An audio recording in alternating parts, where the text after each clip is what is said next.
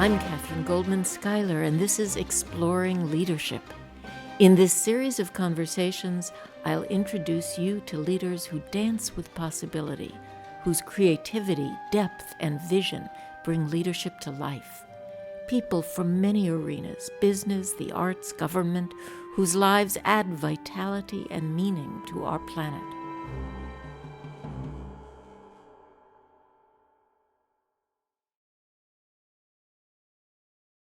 I'm delighted to be talking today with a very unique leader.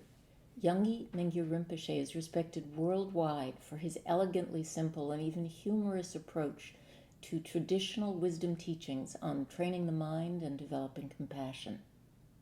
I've chosen to interview him today not only because he's respected worldwide by neuroscientists for the mastery of his own mind, but also because he incorporates a organization development approach into the way that he works with the organization that he founded, Tergar International.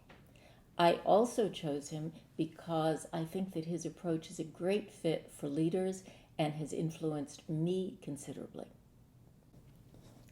He is the founder of Tergar International, a global organization that offers education and training in awareness and mindfulness on 5 continents. He's been a key participant in research conducted at the University of Wisconsin's Waisman Laboratory for Brain Imaging and Behavior by neuroscientist Richie Davidson. Davidson has used EEG and fMRI to study the brains of very serious meditators, people with 12,000 to 62,000 hours of practice, using rigorous scientific protocols. He and co-author Daniel Goleman wrote about Mingyur in their recent book, Altered Traits. As they described what they saw, Mingyur and other very experienced meditators move in and out of states most people can't sustain at will. I'm describing this because I want all of us to realize that we're talking with and listening to someone who has had experiences that most of us don't even imagine. Mingyur recently gathered over 200 local community volunteers from around the world to discuss Tergar's vision, strategy, and actions and history on a high hill overlooking Kathmandu in Nepal. In general, it's rare for meditation masters to be interested in organization development. Mingyur Rinpoche is the author of several best-selling books, including The Joy of Living, which has been translated into over 20 languages and which, as you can see, has been used a great deal in Russia, and his book for children has also been translated into Russian. In 2018 alone, he's teaching around the world, including Nepal, Southeast Asia, India, Brazil, Portugal, the UK, Germany, France, the US, and Canada. He has a lightness of being that draws people and makes them very comfortable in both listening and then experimenting with what they've learned in their own lives. What led you to create Tergar and to do it in the way that you have been doing so? So when I was young, I was very curious about how the ancient meditation training and to kind of like help now in the modern time, in the modern generation. So I asked this question to my father, and my father said, my father is a great meditation teacher, and he said this teaching to adapt in the 21st century is like adapting new kidney. So the kidney need to adapt the body, and body need to adapt the kidney. So both help each other. So therefore, since 1998, I was teaching many places around the world, and I was doing a lot of experiment about how to teach. And there are many different styles of teaching, and then the teaching need to have some flat platform to hold the organization. Some is complete in the independent, some is kind of like normal company style. So I thought maybe we want to make something in between. So therefore then I have this idea, and then later I create Tergar. I've noticed that when you teach, you do things that are traditional, but you seem to do so in unique ways. For example, you ask people to talk about their practice with one another. What makes this important? In Tibet, we have this tradition that if you receive the teaching from the same lineage, same teacher, then among those people, they have this kind of like dwelling, and dwelling means like kind of like discussion and the sharing, and that really helps the experience that help each other. So I think it's really important now, especially in the West, we need to have community of the meditation. So of course, we have the teacher comes and goes. Then when the teacher goes, then our meditation also go together. So it cannot be kind of like stole the experience and wisdom. So what we call the community can store the wisdom and experience. So therefore, the Tergar, what we call meditation, Tergar meditation community. So this community for me is really important piece that missing in the West. What we call, there's a teacher, there's a dharma, there's community. We need three things. So teacher, you receive the teaching from the teacher, but then how to observe this teaching to you, and community really give you support. So for their purpose, so Tergar, we don't too much focus about the real state, but we focus about the community and to practice together. Looking at the role of meditation in the workplace, your teaching emphasizes bringing practice into moments throughout the day rather than just practicing before one leaves in the morning. Tell us more about this. The ancient tradition, the meditation, to really to want to change your life, to bring into your experience in your life, we need three things, what we call view, meditation, and application. The view is the first intellectual understanding, so kind of like learning. And then second, we need experience. So experience, the view is start from the head, but bring head to the heart. We need the second one, the meditation, experience. So the experience, you need to practice, and you have to connect with the certain aspect of our mind, what we call awareness, love, compassion. Those sometimes doesn't need to apply logic. Even through logic, you cannot understand. So you have to experience. So that's the meditation. And then we need to apply this in everyday life, because we have this habit. The habitual tendency, the power of habit is very strong. To change that, we need to build new habit.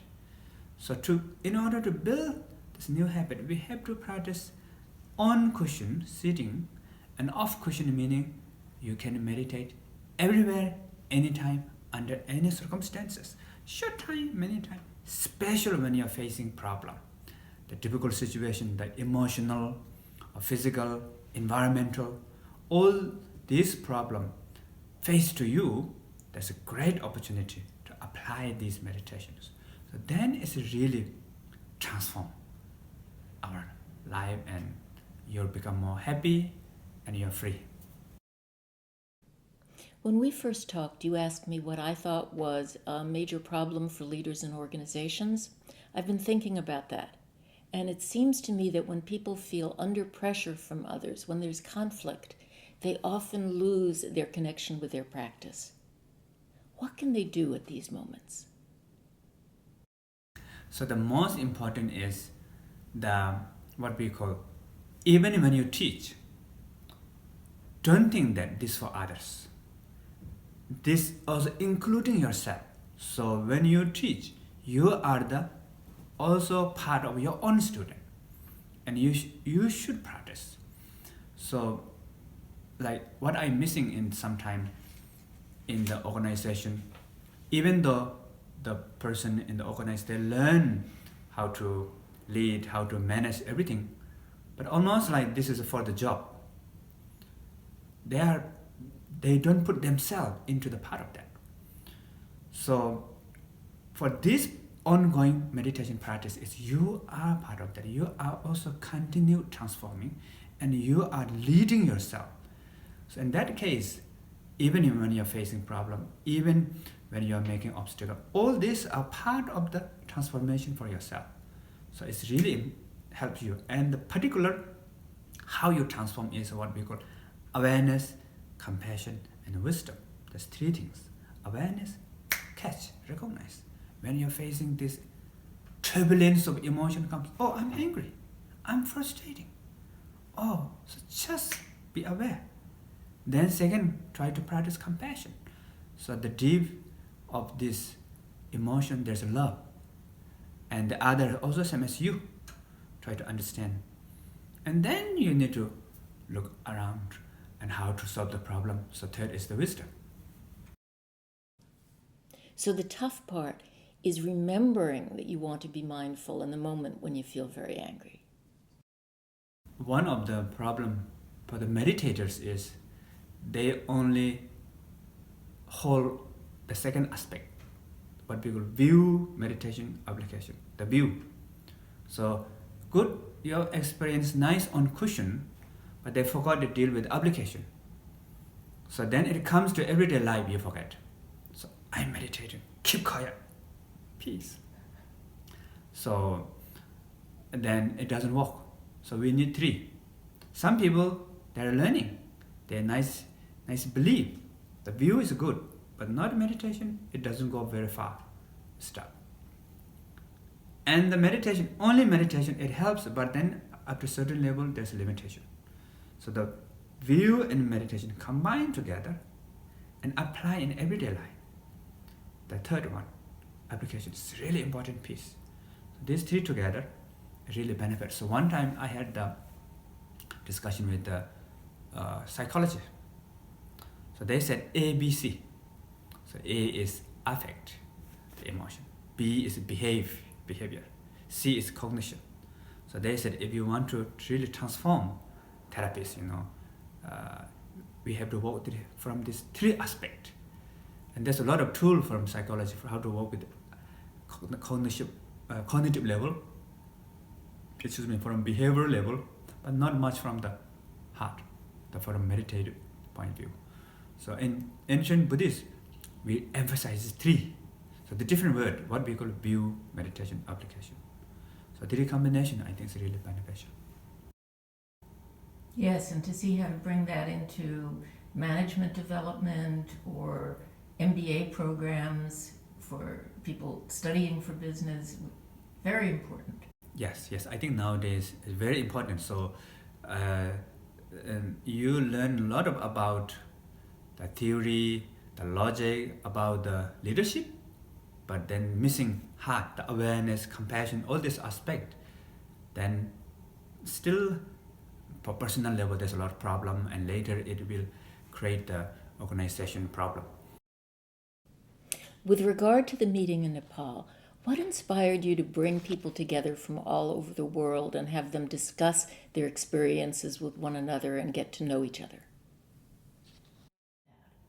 So we have this Tergar organization in the East, West. So we make a little bit separate from East and West, try to kind of more independent and different style to develop, even though the message, the mission is same. Then we all have the feeling, everybody and many people request us, maybe we do this. We did last time this big gathering, but since I come out from the retreat, we haven't done this yet. So many people request. So we thought maybe Nepal is the good place. So then that time, people from around the world, everybody came together. It's very nice to see everybody different kind of like different language, different little style, but although we have the vision, the mission is same. So that was wonderful. Shortly after you created Tergar in 2009, you chose to go on a wandering meditation retreat for 4 years, walking around Nepal and India on foot. What led you to make this choice, and how is retreat important for people and organizations as well? Yeah, the retreat is what we call try to really bring the deep level of transformation. So we need to go to some time environment where they're not the same as your normal work, whatever you do. So a different pattern. So there's environment, support from environment, then there's some commitment from this time, this, and then from your side, you let go of the normal activity and fully dedicate time for the practice of the meditation. So that's what we call retreat. So I did this retreat when I was young. So time to time I do this. So I did for 4.5 years like this retreat. So after I come, while I'm going to retreat, the Tergar organization is really flourishing. After I come back, it's very happy to see. How did this retreat change you as a leader? For me, it's really interesting to let go of different layers.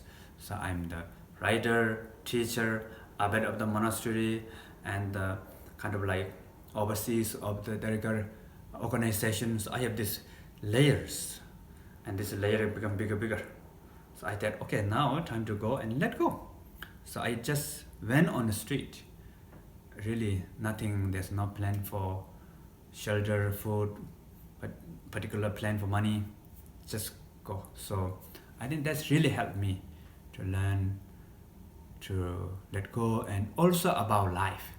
So I was born in nice family and I have this circle of nice kind of like life in the monastery, in very comfortable. But when I go out, then I have to survive everything by myself. So then I learned really a lot of things about the life, and it helps me to develop my meditation too. 2 reasons to do that. One is you see the life out of your comfort zone, so you have to go out of that. Second, when you face challenge, then you grow more. So actually, the challenge, obstacles, problems, one way is really good. They become great teacher. You can learn from there. You can grow from there. And for me, when I went out, I faced a lot of challenge. Especially first month, I almost died. But for me, that was great experience. If I die, of course, but I'm not dying, thankfully. But this is one of the best experience for me. So, how can you say almost dying was a great experience? So that's the really challenge in my life, like almost like living and dying. So then I have to let go of so many layers of my grasping, then just follow flow of the whatever happened. And then I not give up.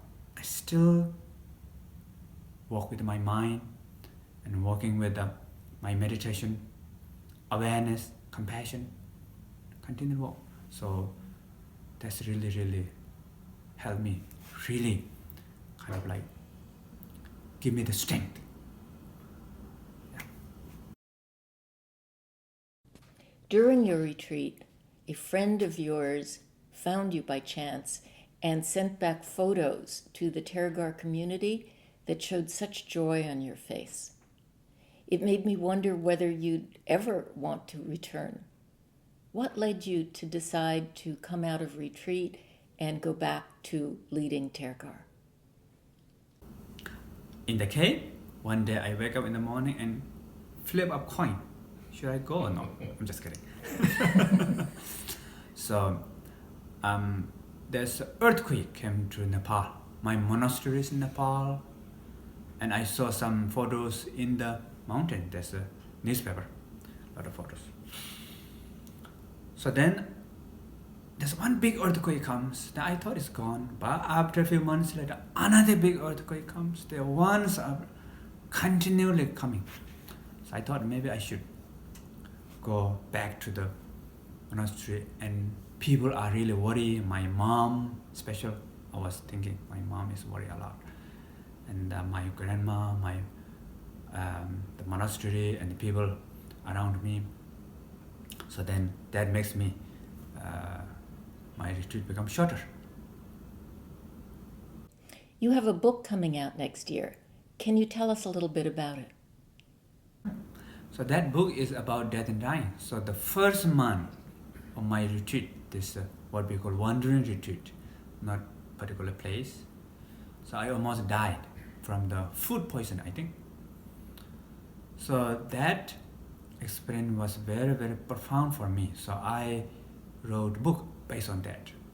So that's the book will come next year in May. Will come. Any closing words for our listeners who lead organizations? I think it's really important is you need to lead yourself. So whatever you are leading or training the trainers, our motivation is this is for others, not me, or for the organization. Then it's become kind of like your personal, not benefit. You're not applying it. So you really applying, and to transform you, through you want to help others, to benefit others. If you want to change the organization, change the society, change yourself first. If you change yourself, that's really genuine influence comes. So in the past, in the world, we have a lot of wars. And they don't want to change themselves, they want to change the world. So we have a lot of wars, a lot of problems. But everybody in the world, if they want to change themselves, then the world becomes peaceful. So as same as when you are leading in your organization, I think it's really important to try to transform your mind. And from that, there's a lot of great benefit, less stress, more creativity, and your work done with easily and long-term benefit also. Thank you so much. You're most welcome. Thank you so much.